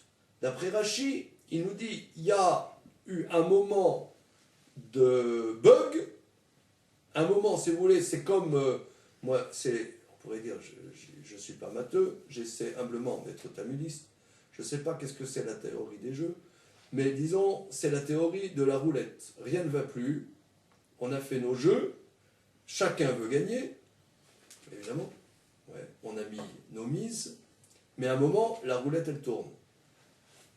Alors, il y a des principes statistiques, mais à un moment, il y a une incertitude.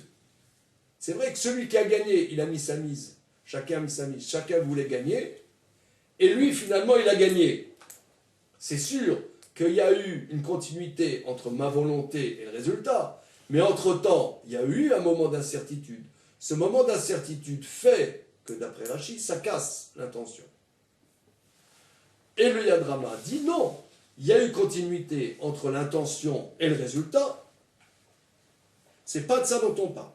Donc, d'après le Yad Rama, juridiquement, si on veut voir au niveau juridique, d'après le Yad Rama, s'il y avait 9 idolâtres et un Israël, il veut tuer le Israël, et que finalement, il a tué l'Israël, il serait condamnable à mort, d'après le Yad Rama. Le Varavlo Vekamalav ne vient pas pour ce cas-là. Ça vient seulement dans un cas de doute effectif, on ne sait pas qui est la victime. Il va finalement de Rabbi Shimon, finalement, vraiment. Ah non, il expliquera Manan. Pourquoi il va d'accord. Ouais. Alors maintenant, j'aimerais, là maintenant, tout ça, c'était de la rigolade. Maintenant, j'aimerais que vous m'expliquiez sur quoi porte le débat de fond entre le Yad Rama et Rachi. Parce que Rachi, comme dirait notre maître à tous, Steven Spielberg, il faut sauver Rachi.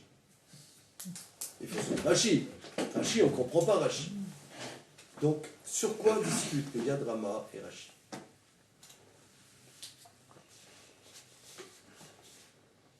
Ben, si je comprends bien, dans Rachi, le principe d'incertitude annule le principe d'avertissement nominal. Voilà. En fait, Annule l'adéquation entre l'intention et la réalisation. En Voilà. fait. C'est ça, le principe Et d'incertitude. pourquoi? Parce qu'en vérité, on est bien d'accord que c'est vrai, lui il veut tuer l'Israël. Mais comme il y a une incertitude, il y a un moment où, c'est la roulette, un moment on ne sait pas. C'est vrai, après il a gagné le mec, mais il aurait pu perdre. Donc cette incertitude déconnecte l'intention de l'acte réalisé. Or ça on le comprend. Pourquoi le Yad Rama finalement, si on a compris ça, s'oppose-t-il à Rachi et va donner une autre démarche? Et que s'il va donner une autre démarche, ça veut dire que dans ce cas-là, il s'oppose à Rachi. Et pense que dans ce cas-là, il sera lui condamnable à mort. Quand bien même y a-t-il un moment de bug? Sur quoi porte la discussion?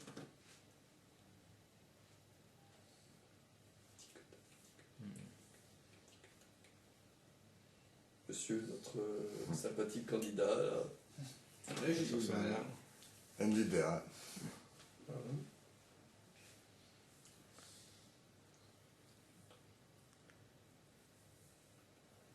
Je vous propose une démarche. Hein, si vous voulez, ou alors la prochaine fois. Suspense, là, on va craquer. Alors je vous propose que là, jusque-là, c'est la lecture-traduction. Mais là, maintenant, ça va commencer la pensée talmudique. Sur quoi ils discutent? Sur une conception, qu'est-ce que c'est le principe de majorité?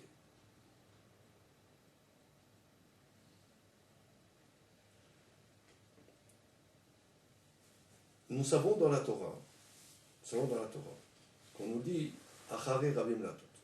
On doit aller d'après la majorité. comme j'ai introduit tout à l'heure, que la Torah nous est donnée à nous, humains. Or, nous, on est entre... on a de temps en temps des éclats de clairvoyance. Mais j'allais dire, on se lève le matin, on est des fois, je sais pas, des fois on aimerait rester au pieu, on se lève, on est un peu nauséeux, on fait des choses, on veut faire quelque chose, des fois on fait autre chose. On prend des fois des bonnes résolutions. Par exemple, quelqu'un il dit, ça y est, maintenant, j'arrête de manger gras. Ouais, c'est pas bon pour ma santé. Mon médecin, il m'a dit, il faut que je limite le manger gras. Le prochain repas que je prends, c'est une pizza. bien indigeste. Ça veut dire, oh merde, ça veut dire j'avais décidé de ne plus manger gras. On fait le contraire, on fait un truc, on fait le contraire. Bon, on se connaît, d'accord? On se connaît, on a toujours des surprises des fois. Alors, la Torah nous dit que quand on ne sait pas, il y a des sfekot, on a des doutes. On a des sfekot. Alors, il y a des principes. Quoi faire dans les cas de doute? La base du principe de majorité, Achavi Rabim Latot, on le sait, c'est pour trancher une loi. Quand, dans un tribunal rabbinique, il y a un débat, on sait bien que rares sont les cas où il y a une unanimité sur un sujet. Il y a un débat. Il faut qu'il y ait un débat. Même il faut qu'il y ait un débat. Donc, comment trancher? Principe de majorité. Ce principe de majorité va être exportable pour plein de sujets dans la Torah. Bien. Maintenant, ce principe de majorité, est-ce une objectivité ou est-ce, quand je ne sais pas, la Torah me dit, suis le principe de majorité. En langage de yeshiva, ça s'appelle, est-ce que c'est un birour, une anaga? C'est-à-dire, est-ce que c'est une objectivité, birour? Est-ce que le principe de majorité est une donnée de l'existence? Ou non? En général, la réalité est plus diverse que la majorité. La majorité, c'est seulement quand j'ai un doute, pour ne pas rester en plan dans le doute, la Torah me dit, ok, je te donne un joker, suis la majorité. En vérité, ça ne correspond pas à une réalité objective. C'est ça le débat. D'après Rashi, quand je jette la pierre, moi je dis, je veux tuer un Israël. Mais en face de moi, il y a une majorité. Je peux dire tout ce que je veux. Je dis, je veux tuer un Israël. Mais en face de moi, il y a une majorité. Cette majorité invalide mon intention, quand bien même l'aurais-je exprimé. Mais le Yad Rama dit non, il n'y a aucune objectivité dans le principe. C'est-à-dire, le principe statistique n'a aucune objectivité. La statistique, c'est une manière d'aborder les choses. Mais ce n'est pas objectif. La statistique, c'est une fois que j'ai un problème, on te dit suis la majorité. Mais si je n'ai pas de problème, il n'y a aucune raison que je n'ai pas de doute. Moi j'ai dit je veux tuer un Israël. J'ai tué un Israël. C'est vrai que la majorité des possibilités aurait été que ça aurait été négatif par rapport au sujet, mais ce n'est pas une objectivité. Et ça, je pense que ça, c'est une vision extrêmement profonde. D'ailleurs, il y avait ici quelqu'un que tu avais convié une fois, Nataf. Oui. Eric Nataf, qui est radiologue et qui fait des échographies. Et c'est ça, justement, parlant Moi aussi radiologue. Hein. Oui, c'est ça, les trucs en échographie, machin. Il y a beaucoup de gens qui m'appellent, disant voilà, on a fait l'échographie tel mois, ils disent qu'il y a un risque. Qu'est-ce qu'on fait? Un avortement, pas un avortement, machin. Il y a un risque. Mais un risque, c'est vrai, il y a un risque, mais c'est pas une objectivité. Un risque, c'est pas une objectivité. Avant d'arriver à une objectivité, il y a de la marge. Alors c'est un art, ça, comment aborder ça. C'est ça le sujet, en vérité. C'est ça le sujet. C'est le statut de la statistique. Voilà, c'est ça le débat. Ouais, ça c'est sublime. Ça c'est du Talmud. Bienvenue au monde enchanté du Talmud. Ça c'est du Talmud. Ça le débat entre Rashi. Rashi, c'est une donnée objective. Mais le Yad Rama, il dit non. C'est seulement quand j'ai un problème et que j'ai aucune possibilité de le résoudre, la Torah me dit ok, t'as un joker. Mais si j'ai pas de problème, la personne elle a exprimé sa volonté. Ça s'est concrétisé d'une manière ou d'une autre. Ouais. Par une continuité. Bon, c'est vrai qu'il y avait plus de possibilités, mais ça casse pas. Maintenant, j'ai compris le débat. J'ai mis du temps. Non, mais c'est normal. C'est subtil. Hein, ça va, ça. C'est subtil. Mais c'est très très important, même dans l'existence. Je vais vous dire, nous, à 45 ans passés, mon épouse et moi, on se disait pourquoi ne pas avoir encore un enfant. Mais on avait hyper mon épouse, je crois, elle avait 46 ans, je sais pas quoi. Mais on ne savait pas quoi. On est allé voir un gynéco juif, mais pas plus spécialement. Il nous a dit, mais madame, j'étais avec ma femme, mais madame, c'est vrai, il y a des statistiques. Mais si on voit ce qui est négatif, c'est vrai, ça existe. Mais il y a beaucoup plus de cas qui ne sont pas négatifs que de cas négatifs. Qui ne sont pas négatifs, que de cas négatifs. Il nous a dit, le mec, madame, il faut que vous ayez un enfant. Le mec, il nous a... Et bon, c'est pas évident, c'était pas du tout évident. Mais le mec, il nous a dit, mais vous ne laissez pas impressionner par les statistiques. C'est le Toubib lui-même. Je ne sais pas, quel nous fait piquer le type. C'est un truc incroyable. Mais c'est ça, comment aborder? C'est vrai, il y a des statistiques, mais c'est une objectivité, pas une objectivité. Alors, comment aborder? C'est ça le débat. D'après Rashi, je ne peux pas dire que je voulais vraiment tuer l'Israël, puisque tu as dans les échantillons, dans les éléments de cet ensemble, des éléments non négligeables, qui ne sont pas condamnables en pénal. Alors, objectivement, je ne peux pas dire que tu veux le faire. Je peux dire je le veux, mais tu le veux. Je veux, mais ce que ça veut dire je veux, puisque en face de moi, il y a des éléments non négligeables. Mais le Yad Rama, lui, il s'oppose. Il dit non, c'est seulement une réponse à un problème, mais c'est rien d'objectif. Ça, c'est extra. Ça, j'ai trouvé ça sublime. Oui, mais quand même, tu on comprend quand même pas la réponse de Rashi, où il transforme la Gemara en parlant de coutume. Non, c'est un problème. Rashi, c'est la Gemara qui le dit, je comprends pas. Les coutumes Kamikamna. Oui. Ah oui, non, ça veut dire... Change de enfin, le sens premier de la Gemara est comme Rashi. Le sens premier de la Gemara est comme Rashi. Mais la compréhension de Rashi est difficile. Comme Allah nous a dit. Rashi, on ne le comprend pas. C'est pour ça que, avec nos élèves, on a médité là-dessus et c'est sorti comme ça, pouf, c'est sorti cette réflexion. Parce que j'avais entendu, quand j'étais dans les Yeshivot en Israël, ce débat, un débat de fond. Qu'est-ce que c'est Rov? Est-ce que c'est Birour? Est-ce que c'est...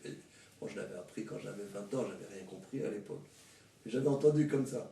Mais maintenant, en le reprenant, c'est éloquent. C'est absolument éloquent dans le texte.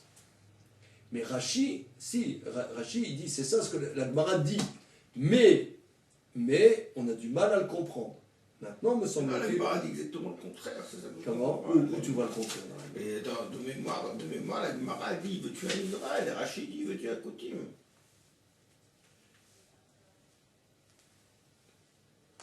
Donc, regarde, on reprend. Elema de Katisha Vekutim Vechad Israël Benem Tipukle de Ruba Kutim Ninu. Il a mis Palga en Palga. Ça fait une façon de laquelle. Or, d'après Rashi, on parle que lui, il a accepté la hatra. Toute la démarche de Rashi, c'est qu'il a exprimé explicitement quelle était son intention. D'accord. S'il a exprimé explicitement son intention, qu'est-ce que la Gemara dit? Qu'il y a un safek, il n'y a pas de safek puisqu'il l'a expliqué. Donc il n'y a pas de doute. D'accord. Donc Rachid dit, il y a un doute par l'objectivité des éléments en présence. Quand bien même dirait-il le contraire. Mais le Yadrama dit, il y a un doute, c'est ça le sujet. Le sujet, c'est qu'on ne sait pas quel a été le résultat. Est-ce que la majorité va nous indiquer, dans le doute, va nous donner l'identité de la victime dans le doute ou non? C'est ça le débat. Ok. C'est ça le débat. C'est mignon, hein? Atkan. Non, on va rajouter encore un petit peu. Ça va? Ouais, ça va, c'est bon. On va rajouter un petit peu. Bienvenue. C'est ta première. Vincent, c'est son Non, premier. il était déjà, Vincent. Ah ouais, Ouais, ça va? Ça va. c'est spécial quand même. Spécial, mais ça va. Ouais, Ça fait tourner hein, quand même la tête. ouais, bon. Spécial, mais ça va. Je veux dire, c'est mortel, hein. C'est mortel, mais ça va, quoi. Ça va. Alors, maintenant, on n'a pas expliqué qu'est-ce que c'est finalement le fin mot de l'histoire de Kavua. Je sens qu'on n'a pas compris qu'est-ce que c'est Kavua. Le cœur du sujet.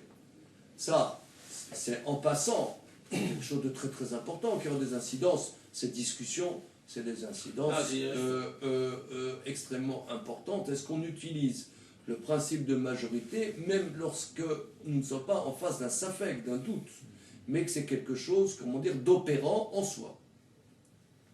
Ça, c'est la démarche de Rachid. Ok. Maintenant,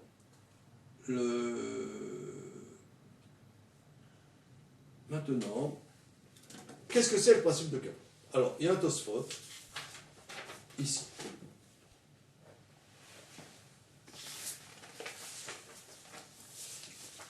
Le Chol Kavua. Chol Kavua qui est Mersan. Alors, bon, ce Tosfot, c'est un panier de crabes. Tous les commentateurs s'arrachent les cheveux pour l'analyser. Mais on ne va pas faire tout le Tosfot. La question de Tosfot, qui est la question posée par tous les Rishonim, c'est-à-dire par les commentateurs premiers du Talmud, tous les Rishonim posent la question. Ok. Finalement,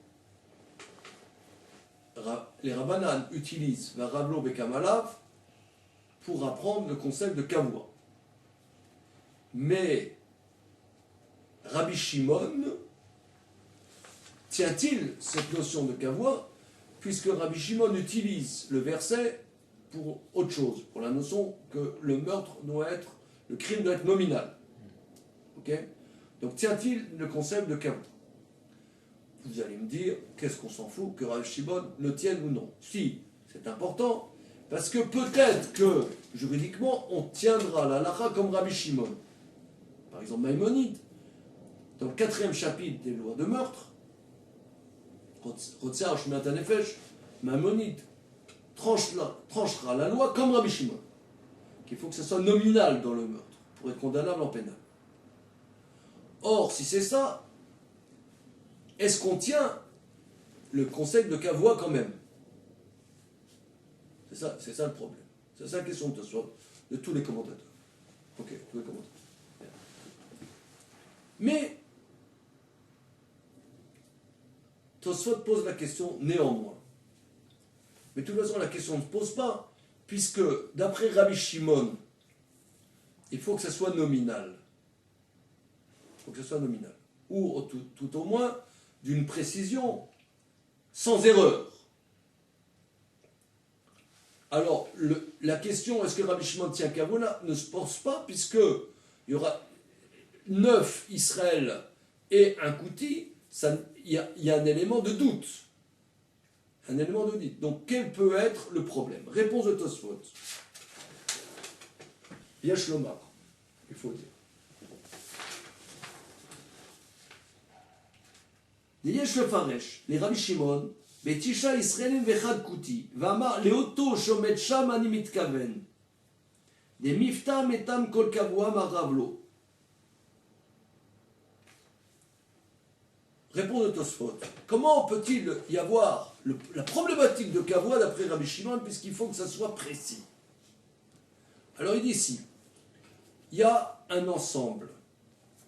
Comment on disait dans la théorie des ensembles, il y a, dans la collection, il y a un des éléments de l'ensemble, ça s'appelle comment? Un échantillon? Un élément? Un terme plus rigolo? Un échantillon. Comment? Je suis pas très loin. Non, il n'y a pas. Ouais. Un échantillon dans l'ensemble. Dans l'ensemble, il y a un échantillon. Un élément de l'ensemble. D'accord? Donc en face de moi, il y a 10 clampins. Dans les 10 clampins, c'est un terme que j'aime bien, qui a été remis au goût du jour par Chevalier Laspades. Ce sont les penseurs d'aujourd'hui, n'est-ce pas? Le mot clampin, j'aime bien. Donc. Je ne savais pas que tu écoutais Chevalier. Pardon. Je sais pas, je trouve, j'adore, je sais pas, ça me parle à mon cœur, directement, Bon, écoute, sans fioriture. Ah bah écoute, on va t'offrir pour ton anniversaire une pièce de Chevalier l'espèce. Ah j'adore, je sais pas, je trouve, tu vois, les gens super comme ça, gnangnan, tout d'un coup ils deviennent complètement, c'est plus hautain, je trouve ça, j'aime bien moi. Ce sont des maîtres pour moi. Alors, tout ça pour dire qu'ils ont remis au bout du jour le terme clampin, n'est-ce pas? Donc, tu as dit clampin. Dans ce dit clampin, tu as 9 Israël et un idolâtre. Et on ne sait pas qui est qui. Prenons un cas, on ne sait pas qui est qui. Bien. Et lui, il dit, ah, celui-là, je veux le tuer. Celui-là, il ne me plaît pas. Ce blond aux yeux bleus, il m'énerve. Je veux le tuer. Donc là, c'est bien clair. Celui-là, il veut le tuer. Il n'y a pas de doute. Et il tire et il le tue. Ça, c'est ce que Tosfot dit. Mais étant donné qu'on sait que dans le mélange, il y a un idolâtre qui s'est mélangé, on ne sait pas lequel, c'est peut-être celui-là. C'est vrai qu'il y a le principe de majorité, mais on apprendra. Bon, il faudra voir de quel verset il l'apprend, puisque, a priori, Varavlo, pour lui, il l'apprend pour une autre notion. Donc ça, c'est le débat. D'où est-ce qu'il l'apprendra? Rabbi Yom Tov ben Afshili, le Ritva, lui dit qu'il y a une assistance dans le verset. Varavlo vekamala. Il y a deux notions dans le verset. Bon, il veut dire même pour Rabbi Shimon. Ok, passons ces petits détails. C'est important, mais c'est des détails. Donc, dans Tosfot, on a, je pense que Tosfot nous explique la notion. Et je vous la traduire comme ça. Il y a deux principes. Il y a le principe de majorité et le principe de kavua. De Tosfot, je déduis la définition suivante. Lorsque il y a un ensemble hétérogène, la Torah nous dit que le statut de l'ensemble est donné par la majorité des éléments de ce mélange. Lorsque j'ai un ensemble dont j'ai des éléments hétérogènes, c'est la majorité qui va donner le statut de l'ensemble. Mais ce n'est pas parce que l'ensemble a un statut juridique que chaque élément à l'intérieur de l'ensemble perd son statut spécifique. Chaque élément garde son statut à l'intérieur de ce qu'on appelle la keviyut, du lieu spécifique interne de l'ensemble. Chaque élément garde toujours son statut qui est spécifique. La majorité n'enlève pas le statut des éléments. Mais dans l'ensemble, c'est la majorité qui va fixer le statut. Mais ce n'est pas parce que la majorité le fixe le statut que chaque élément perd sa spécificité. C'est ça ce que dit Tosfot en substance. Ça, c'est le concept de kavua. Ça, c'est extrêmement intéressant.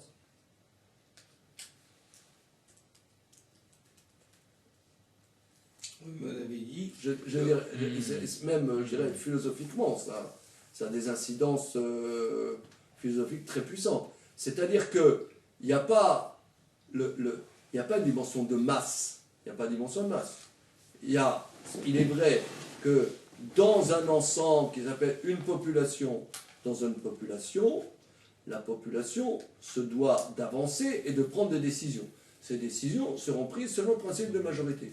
Mais nonobstant le fait qu'il ressort de l'ensemble une majorité, les éléments qui constituent cette population restent toujours avec leur spécificité. Ça, c'est des incidences légales. Qu'à l'intérieur du lieu de l'ensemble, chaque élément a une importance comme un élément majoritaire. Pas moins. Donc quand on avait dit qu'il y avait une... C'est pour ça que quand on avait dit... Il n'est pas annulé, pardon. Il n'est pas annulé dans l'ensemble. Il reste spécifique. Non, mais c'est pour ça que quand on avait dit avant, quand il y en avait un qui était différent, on n'était plus dans le cas de Rov, on était dans le cas de Kabbalah. Voilà. Mais d'accord, mais quelle est la différence? Comment formaliser l'idée? Voilà, c'est ça. C'est Tosfot. C'est de là qu'il vient le doute. Comment? C'est de là qu'il vient le doute. Voilà. Il a la même force. Il a la même force que les éléments majoritaires. Voilà. Ah bah, qui est-ce qui a décidé ce principe? C'est le verset, Ravlo. Ah.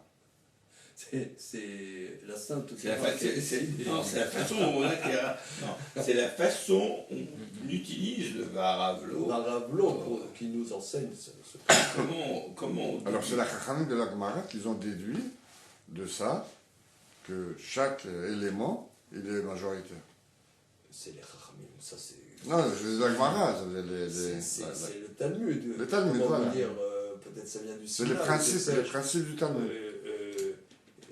Bon, il y a de multiples discussions, je vous ai fait, ça c'est ce qui ressort majoritairement non, je voulais me fixer sur... Rabbeinounissime de Jérôme dit que c'est un principe rabbinique, enfin, c'est un énorme sujet, j'ai essayé d'aller au cœur du sujet. Ok, on a fait un peu le tour, hein. Voilà. T'as pas des choses? C'est de la vraie marre. Ah, c'est beau, hein?